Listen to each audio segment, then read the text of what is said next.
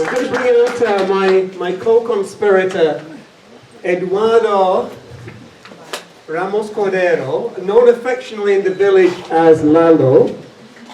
Lalo is the molder behind the Passion Play and a lot of other traditions.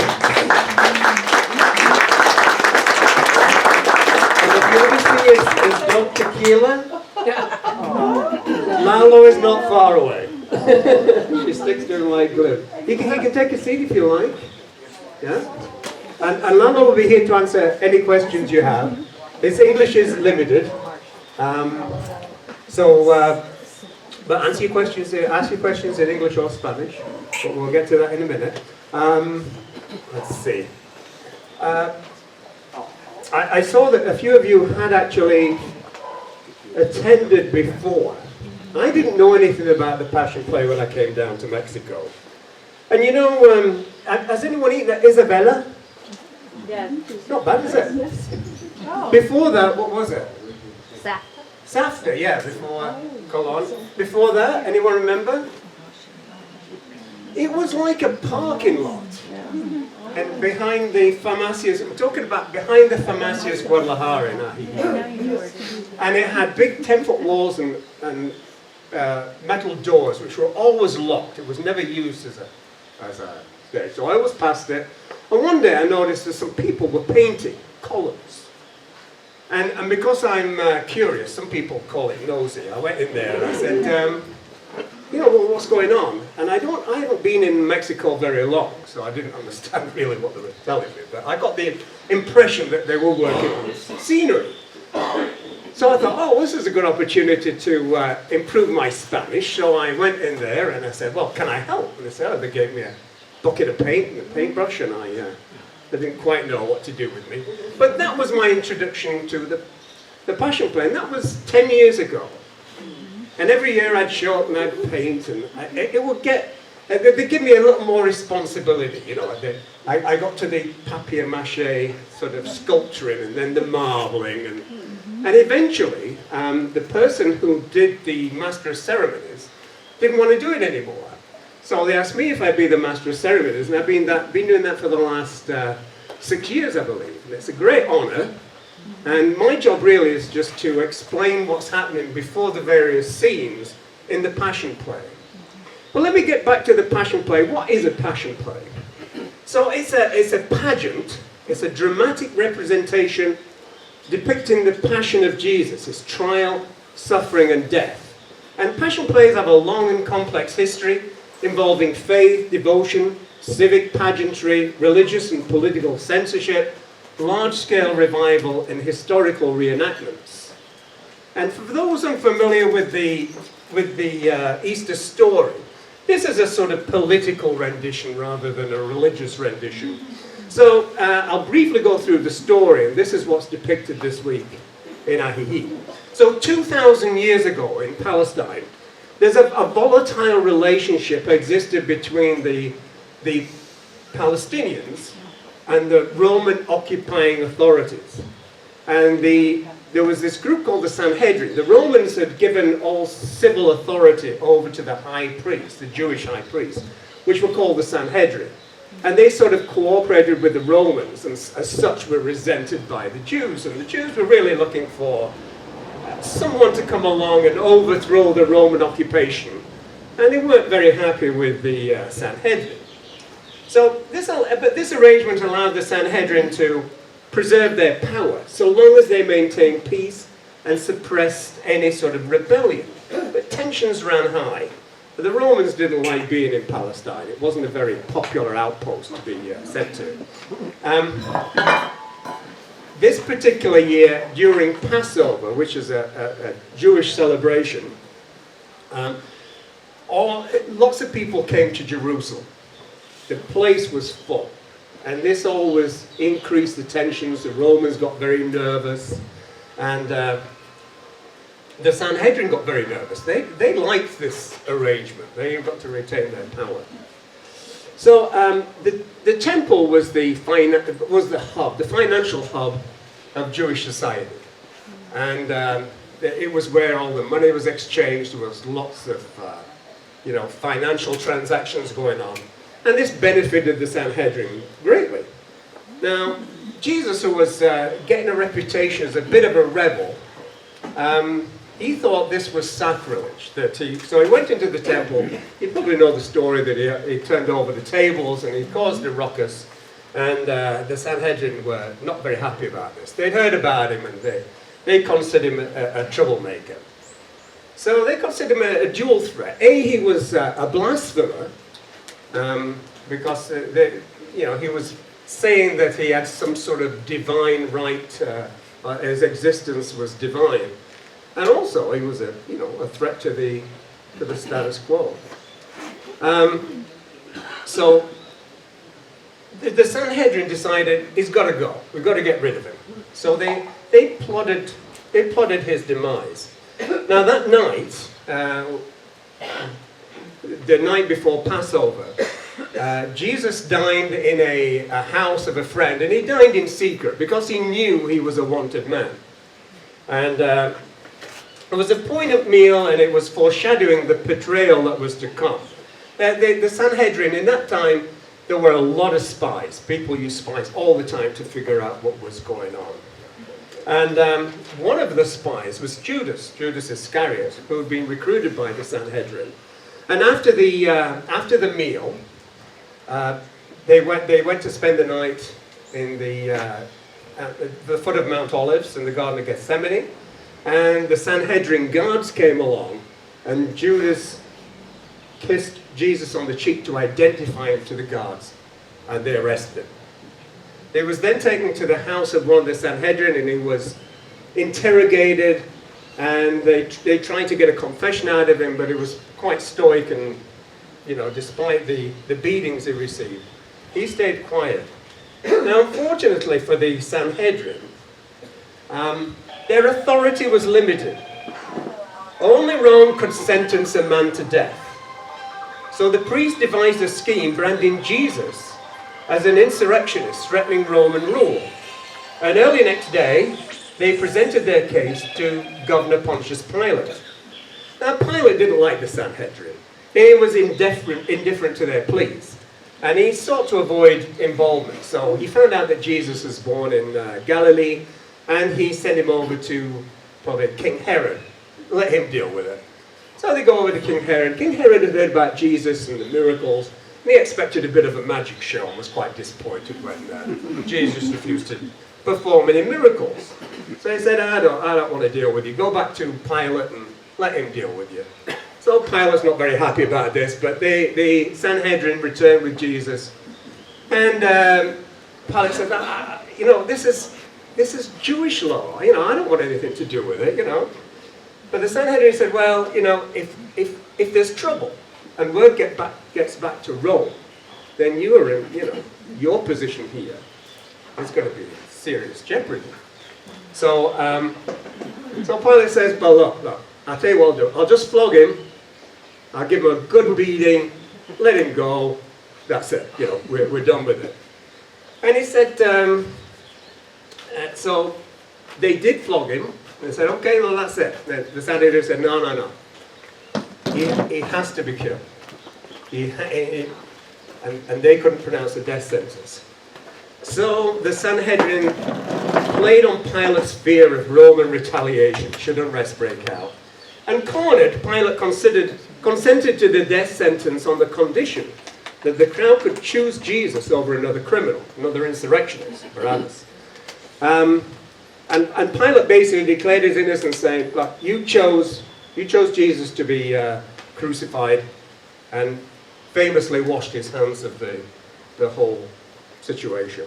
He's then taken out and is taken outside the walls and is crucified with 2 other prisoners that day. And the Sanhedrin thought they had quelled the threat. But, they didn't know that 3 days later, according to Scripture, he would be resurrected. So obviously the story didn't end there. And what is the historical truth? Well, it is a narrative of life at the time, and you can read into the specifics what you will. However, the story has become the most has a significant meaning, the most significant meaning to Christians since then.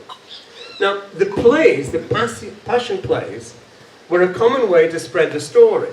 Now, one of the earliest Passion plays was in the 13th century in England.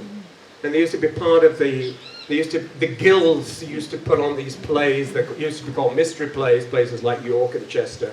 And the Passion play was one of the focal plays of this time. It lasted until the 14th, 15th century.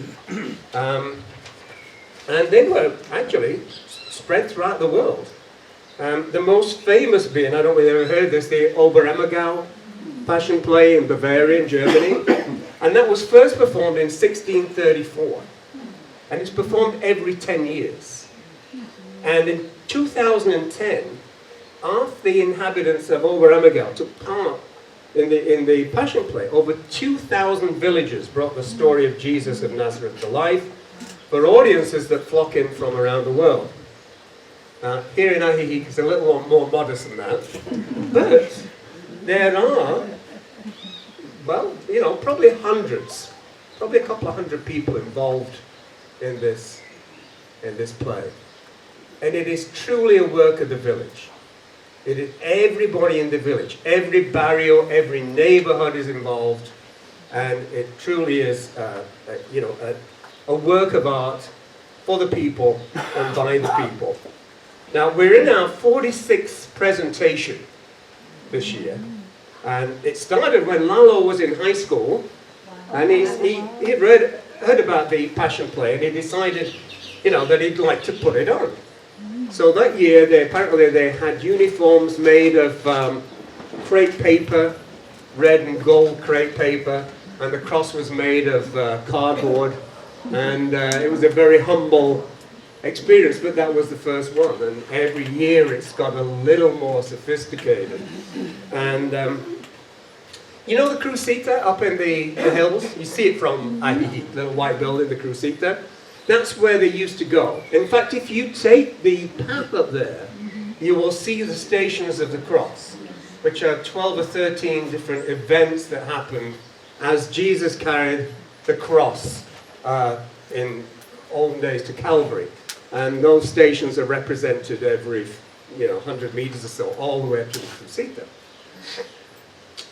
So the whole village turned out, but they couldn't all fit on the little switchback, so they just went up the hill. No path, just went up the hill. So after a few years of that, they decided, well, that's not very safe. So it's now changed to Tempisque. You know where Tempisque is? Tempisque is behind the Sky Gym, Lucky Bar, it's about a block or two west of Cologne, the main street. So Tempisque is the part that's up by the hills. Now, the play actually starts today. So the Palm Sunday, which was when Jesus arrived in Jerusalem and was met by his followers, who were quite excited to see that he'd come for the Passover, he was famously welcomed with palm branches, and he came in on a donkey. Well, we have a recreation today. It starts at Six Corners. You know where Six Corners is? It's to the west of here. If you're at the main church and you look down the street, the Parroquia is the first street. After Colón, it becomes Hidalgo. And at the end of Hidalgo is Six Corners. They will cover the street. If you've ever seen this before, it's quite spectacular. They'll cover the street in alfalfa. And the street just becomes just this green carpet of alfalfa. And then Jesus and his disciples, there's a procession from Six Corners to the church. And that starts at 6:30 today. So 6:30, and when they get to the plaza, he's welcomed by lots of children. Everyone's in their traditional outfits. Let's see. And it starts at 6:30. La procesión empieza a las 6:30. Yeah, okay. Now, on Thursday evening, the play will continue with the Last Supper. It's in a slightly different place this year. It's on the Malecon at the far end You know where the basketball court is? It's down there. And we've always had the stage on the mountainside of the Malakon. This time we've done it on the lakeside, so you'll get a better view, because there's a slope down to the stage with a backdrop of the lake and the mountains. And there you'll see the reenactment of the Last Supper. After that, we all take a hike up to Tempisque, and that is, I say, on the foothills, where you'll witness the arrest of Jesus. So, and that is it's quite an impressive scene. Let's see. And then after that, the guards of the Sanhedrin march Jesus back into the village, and they go down the little, I don't remember the name of the street, down Cologne, into the plaza. And this will be about 9 o'clock, 9:30, Mexican time, maybe 10. And then there's going to be the trial of the Sanhedrin, which takes place by the side of the restaurant El Hadi, in front of the cultural center. And that goes on until about 11. We're all steady, right? We'll all witness that. And at the end of Thursday night, Jesus is really held over in the house until the following morning. The following morning is Good Friday. That part of the play starts at 11 a.m. In the atrio, in the courtyard of the main church. You can't miss it. The scenery is incredible. Probably 2 stories. They recreate the palaces of Pontius Pilate and King Herod.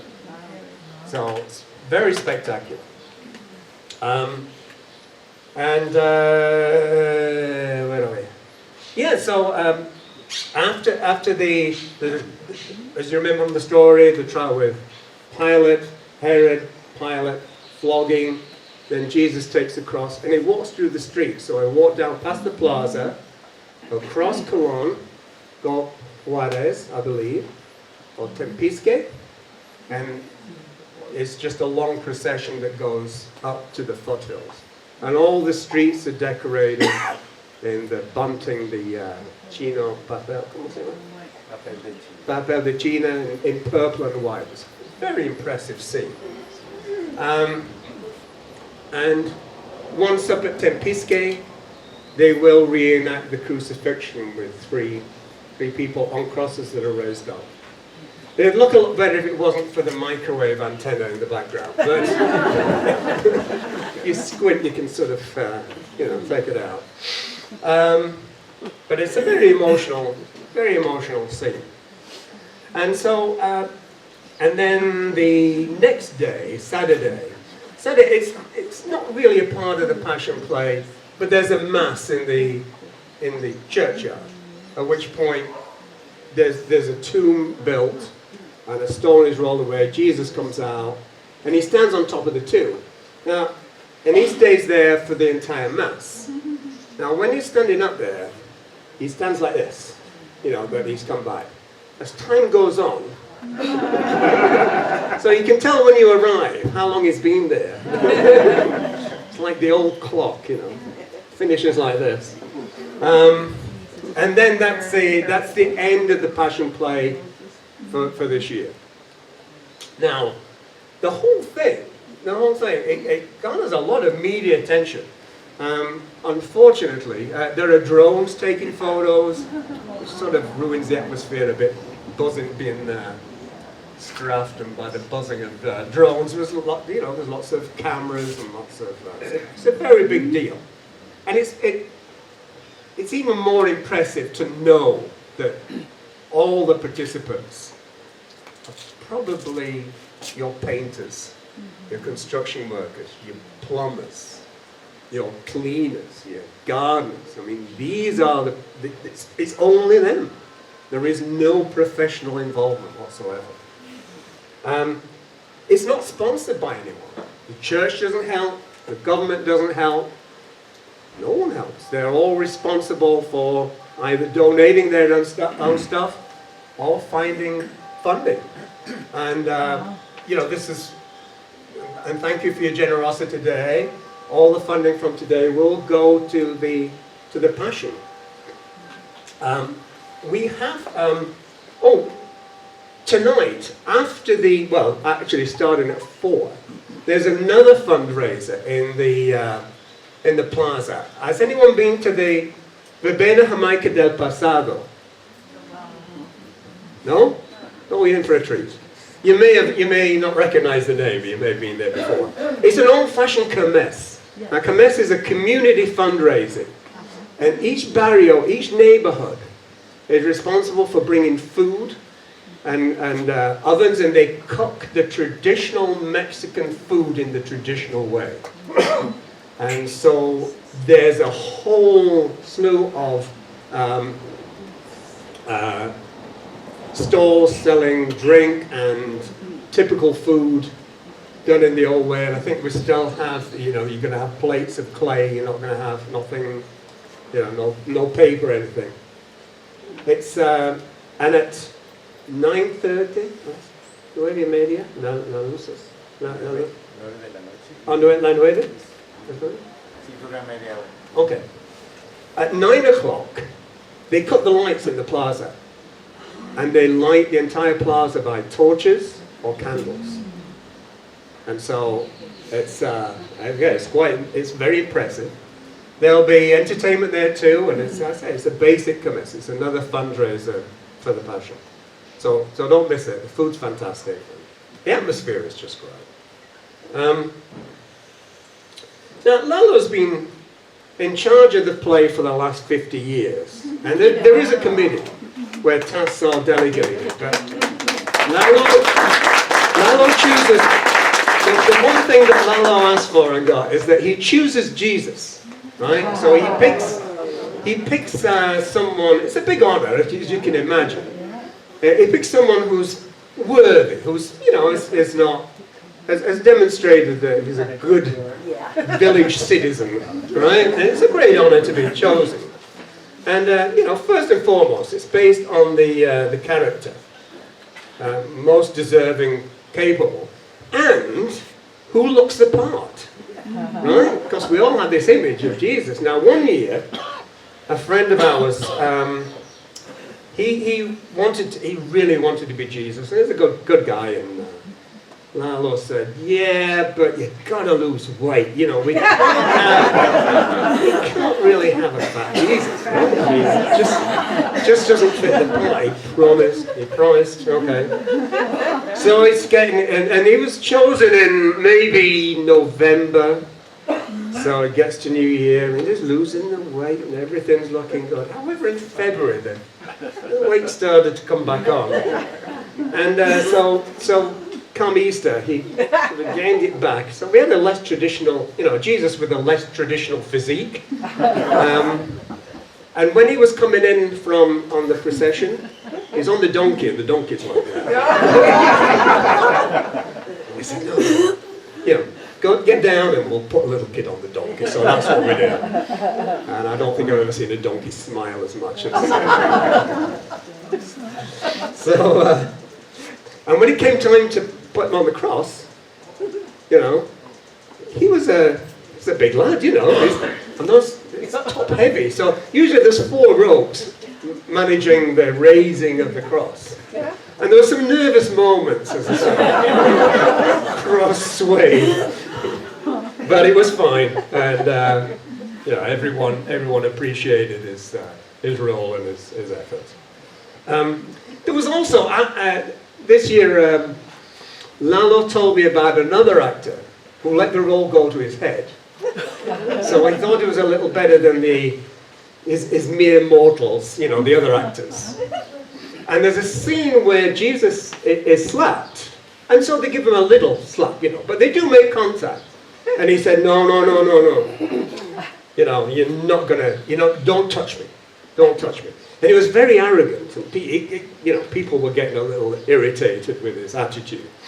So the next morning, he shows up. This is the Sanhedrin trial. He's slapped around a little bit. That's Thursday night. Friday morning, he shows up, And Lalo goes, wow, the makeup you've got is great. You know, you've got this lip here, all fat, and blues. And Lalo thought, well, we don't have anyone who does makeup.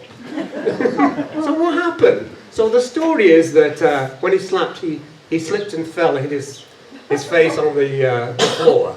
And that was the result. No one said anything else. So, as I said, I've been, it's been a great honor to be involved in this, especially the Master of Ceremonies for the last 6 years. Where am I? Yeah, you know, one thing, so I'm the MC and I have a little script. I relate what's going to happen in English, so you understand a little bit of, you know, where the scenes are taking place and what's happening. And so, but I'm not a Catholic, so I don't know the symbolism. And I didn't even know that the Passion was really the agony and the suffering, and that's why a lot of people had a hard time with Mel Gibson's movie, because, you know, it was so, you know, over the top in how grotesque the scenes were. But that was the Passion. So the main part of this is when Jesus gets flogged, and there's a scene especially for this. Now my Spanish counterpart, I have a Spanish counterpart. It used to be Hambo. Does anyone know Hambo Corona? He's the owner of Tepetate Thai restaurant. He used to be my Mexican, another great community servant. He actually responsible for the AJIJIC'S letters on the Alacon. He was, his dad was something to do with the tourist industry at Chapala, and they've been trying to get these letters, and they've been in committee, you know what committees are like, you know, committees. And he decided, oh, you know, I'll just pay for the letters. So he bought those letters and put them up himself. Great guy, great guy. And he has a podcast about AJIJIC history. And with Lalo and occasionally me. And I think that's on a Thursday. And it's broadcast from the restaurant. Fascinating story. It's all in Spanish, I'm afraid, but it's anyway, where was I? Oh yeah, so he's got this thing. So we're introducing the scene of the torture, and I look over, and he's got like 2 pages describing in detail, you know, the torture and the agony and the bones that they put on the end of the whips are meant to tear the flesh and things. And I've got one line saying Jesus was flogged by the soldiers. God, what do I do, you know? And so anyway, I sort of tried to invent it. I don't know, I got completely lost, to be honest. But, you know, since then, I learn a little bit every year. And it was, the scene is powerful to convey the agony and the passion of Jesus. Now, there's a lot of work goes into the play, as you can imagine, for months. The scenery in the courtyard. Have you seen the scenery in there? Yeah. It's impressive, isn't it? Yeah. You know, and in the palace of Pilate, they have maybe about 6 people who stand there as statues in the sun, covered in gold paint, to represent the Roman gods. And I think one year some woman fainted and was fortunately, Lalo was telling me, was it? She was a young woman and her parents they weren't very happy that she wanted to play this part. But everyone gets painted, and they said, you know, we'll do it, you know, we'll paint. We don't want anyone sort of painting the body. And she fainted, and no one knew whether they could touch her. So it was a touch and go as to, she was fine. She was fine. But it's quite impressive to see them there in the sun, just, you know, frozen for you know, quite a time. All this, you know, obviously takes, you know, obviously time. There's a lot of effort. But, you know, there's also a cost involved. You know, all the materials for the scenery, the paint, the gold paint, the the outfits, and I'm going to introduce, if you can hear me, Jose Luis and Julio. We have 2 actors who are coming in. Yeah. Right. This first actor, he is a Roman guard. So behave yourself, but that's me.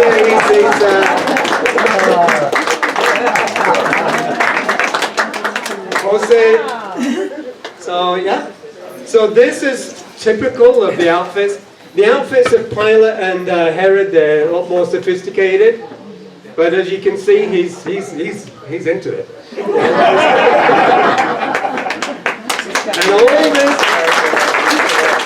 all this was made by the locals.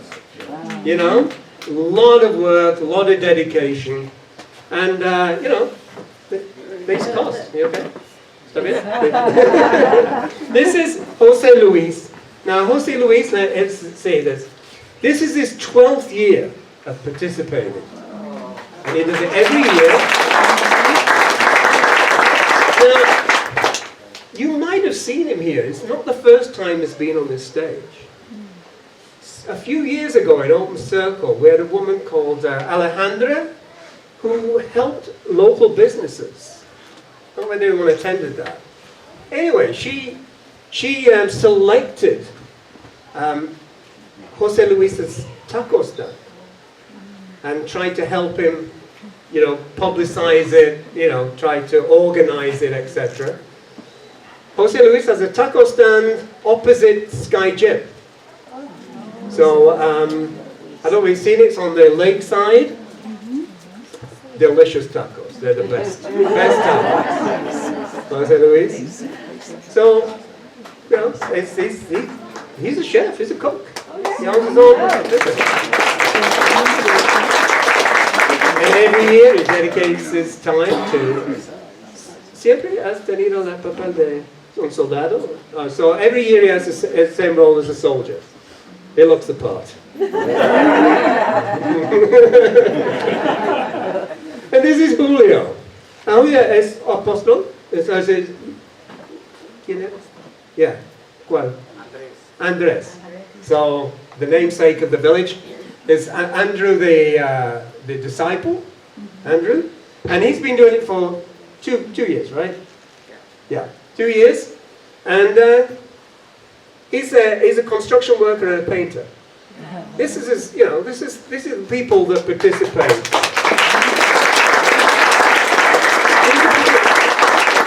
And everyone's the same. Everyone's the same. They're all just them. You'll know them all. You know, you'll have seen them in the village. You know, you may have hired them, and they, as I said, everyone does it with such love and dedication. It's a real honor to be, you know, invited to work with them. There's a small place on the west. On the west side of Galeana. You know Galeana? Yeah. Galeana is the one that runs behind the church from the lake to the carretera. And it crosses with Guadalupe, Victoria. There's a little space there where they store all the scenery. And I went there this morning. And in fact, I've got mine here. I went there this morning. It's like a beehive in there. I can't figure out what they're doing, but everyone seems to know what they're doing. They've prepared everything for the... hopefully this goes up over there. Now, you probably wonder, well, why didn't he put this on at the beginning? Is there a front or a back? I'm sure there is. Because it's hot. When you're out there, sorry for the mic noise. When you're out there in the sun, I'm like, okay, that's it. It gets very hot. But this is my outfit, and everyone who participates. My daughter is coming down to visit me from California, and I sneaked her a roll I got her a roll as a participant in the crowd. I think she doesn't quite understand the play, because she says, well, can we free him this year? Does he have to, you know? I said no. Bust him out. So and I have, Lalo knows what he's doing. I have a clue. Oh, I've got this on, haven't I? But, so this will be, so if you see me on Thursday and Friday, well, on Friday, Thursday's in the dark, so I get away with it. And, you got it?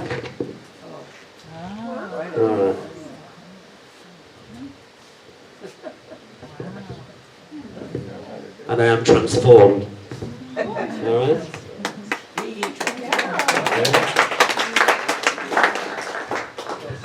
But I have an easy job, because I'm being the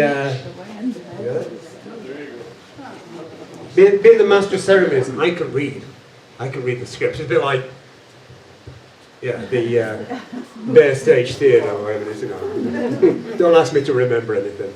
So so this is the Passion. It is, as I say, it's the most significant event of the year for AJIJIC, and for the people of AJIJIC, and for the village. And, you know, my thanks to Lalo for organising it for every year. He works tirelessly. I mean, it's just without stop. He's working, organising, cajoling, persuading, whatever. Doesn't take much, because it's an honour for everyone to participate. So thank you again, Julio. Do you speak hablas in no? So, okay. José Luis, no hablas durante la... Hello. Solo es... They have a part where the Sanhedrin are approaching Caesar. And he has a part where... Yeah. But I encourage you to come out and see it. And I know, unfortunately, on Friday, it gets a little warm after a while in there, but trust me, it is worth it. So please come out and see us. We have time for questions. Okay, so have any questions of anyone? Someone will come round. Kathleen will come round with a microphone. And what time on which day? Yeah. What time on which day? Okay, so today. Today is the procession of Jesus from the entrance of Jesus into Jerusalem, which is depicted by the procession from Six Corners to the church. That starts at 6:30. 6:30. Yeah, 6:30. It'll arrive in the plaza around 7. The Beda Amaica del Pasado, the Kermes, that starts at 4 o'clock. And that will go on until midnight, medianoche, 11. Oh, las 10. Okay, so it'll end at 10 o'clock. And they will lower their lights, they'll cut off the electricity at 9 o'clock. Yeah, but una media hora? For a half an hour. So if you can get to that, that's good. On Thursday is the Last Supper. That starts on the Malacon a las 7? Yeah. Oh, 8.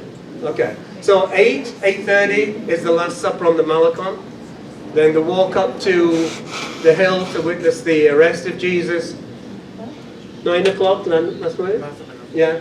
And then back to the plaza for 10 o'clock for the Sanhedrin. Friday, 11 o'clock in the courtyard at the church. So 11 o'clock, and then the procession up to Tepisci once again for the crucifixion, and that lasts until about 1 o'clock, 1:30.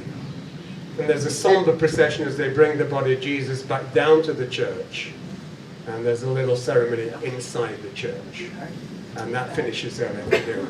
The Mass, la misa, el sábado, ¿a qué hora? El sábado es a las 8, creo. Okay, so that on Saturday, there's a Mass at 8 o'clock. It's an outdoor Mass PM. outside, 8 p.m., yes. Yeah. 8 p.m. There's a Mass in the courtyard of the church, and that is where Jesus comes out of the tomb. They also do washing of the feet, right? They do the washing of the feet, yeah, in the Last Supper. It's all. I mean, I didn't mention the details. Didn't want to give it too much spoilers, you know. Okay. A question? Yeah, you didn't mention the silent walk. Could you tell me when that is? The silent walk. Hay un procesión camino en silencio. Hay una procesión, un camino en la calle. En la noche. Sí. Sí, la procesión del silencio. Sí. ¿Cuándo? Es como es el Viernes Santo. So Friday. A las 6, 7 de la noche. 7 de la noche. So 7 p.m.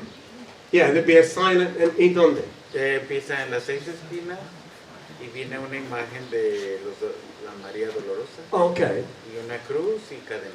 Okay. So it'll start at 6 corners at 7, and there'll be a procession to al parroquia. Sí, hasta Yeah. la parroquia. So there'll be a procession on Hidalgo. So this is a silent procession on Friday at 8 o'clock, 7 o'clock. You know. So, yeah. Okay. You have another question? So the fundraiser or the food in Yeah. is it in the plaza? It's in the plaza. And what day is There'll be that? stalls all the way around. And they try and make it as authentic so it's wood burning rather than gas or anything like that. And day and time again? It starts at 4. Today? A las 4. Sí, verbena, yeah. Today? So, yes, today. Okay. Today, 4 o'clock till 10 o'clock. Awesome. Yeah. And there'll be, hay música or? Música de viento desde las 4. Okay. Okay. And there'll be entertainment there as well. There'll be tables around. You can sit and enjoy some great food with your neighbors. It's wonderful. It's wonderful. Wait, this is Not my work. Let's see. What we got here? Angel. Okay. Can you give us an estimate how many people are involved in constructions, actors, and all of that? I did ask that earlier last week, and they said lots. Más que 100 personas están involucrados. Como entre 150 y 200. Oh, between 150 and 200 people are involved, and they're just the regular folk in the village. Phil, you're a wonderful role model for expat participation in our community, number one. I'll be very lucky. Ditto. How much rehearsal do they do? Oh, that's And where? Los ensayos. They start. You might see them in the church courtyard in the night, practicing. Los ensayos. ¿Cuándo empiezan los ensayos? ¿En enero? En enero. Yeah. So they start in January. And as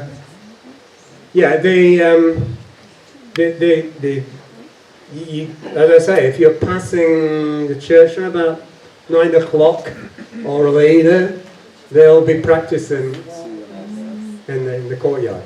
Yeah. And yeah, 3 months of rehearsals.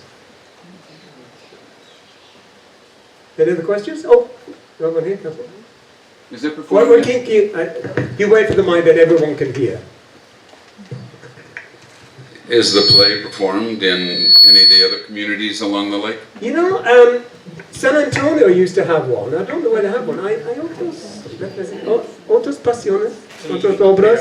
Pero se son Via Crucis, y aquí no es un Via Crucis, es Oh. pasión de Cristo. Okay. The Via Crucis is the path of the cross, the stations of the cross. And that happens in a lot of villages. But the whole play, the whole Pasión, that locally that only happens here. Yeah. I believe. Any, yeah, we got another one? Just a reminder that LCS is closed Friday and Saturday. Oh, yeah. So if Okay. you're looking for a potty group, you might have to look a little further. Yeah, due to Semana Santa, LCS will be closed on Friday and Saturday. Friday is not a problem because you can go to see the play. Sunday, I believe we have another open circle next week, right? Yes. Yeah, yeah. Okay. Just curious why the bull ring was given up for the church. Ah. Porque un año nos hicimos la obra en el lienzo charro.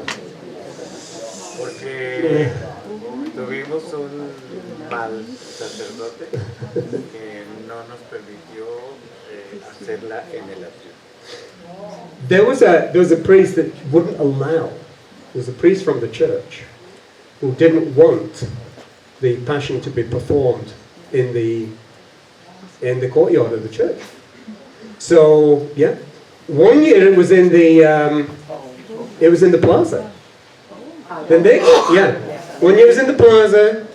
The next year it was in the lienzo charro, and the year after that the priest. He went, got a new priest who embraces the play, and he says, yes, welcome back to the church, yeah. So it was a little political. Yeah, a little difficult for everybody to view at the church. It is, the good thing about the ball ring was that, you had, everyone got a good view. Yeah. But it was difficult to stage because the area was so big. But yeah, it's traditionally it's always been held in the church courtyard. Yeah. Any other questions? No? Going once? All right. Well, thank you very much for your donation. If you, after hearing this, if you would like to, make an extra donation, Lalo will have a basket there. You can add a little bit more. Now you know what's involved. But thank you very much for coming, and we hope to see you tonight, Thursday and Friday at least. Okay? Thank you, Lalo.